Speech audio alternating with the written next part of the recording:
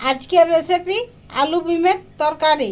আলু বিমের তরকারি বনে রেডি। আলু বিমের তরকারি বানার জন্য যে বিমকে বাছে আর কাটিয়ে ধুয়ে নিয়েছি, আর আলুকেও ছুলে কাটিয়ে ধুয়ে নিয়েছি। এরপর একটা মশলা তৈরি করে নিব। কড়াইয়ে তেল গরম করে যে কাঁচা লঙ্কা, রসুন আর আদা এগুলোকে হালকা ভাজে নেব। হালকা ভাজা হয়ে গেছে একটা পেঁয়াজ আর একটা টমাটর, একটু নুন দিয়ে আর 2 মিনিট ভাজে নিব।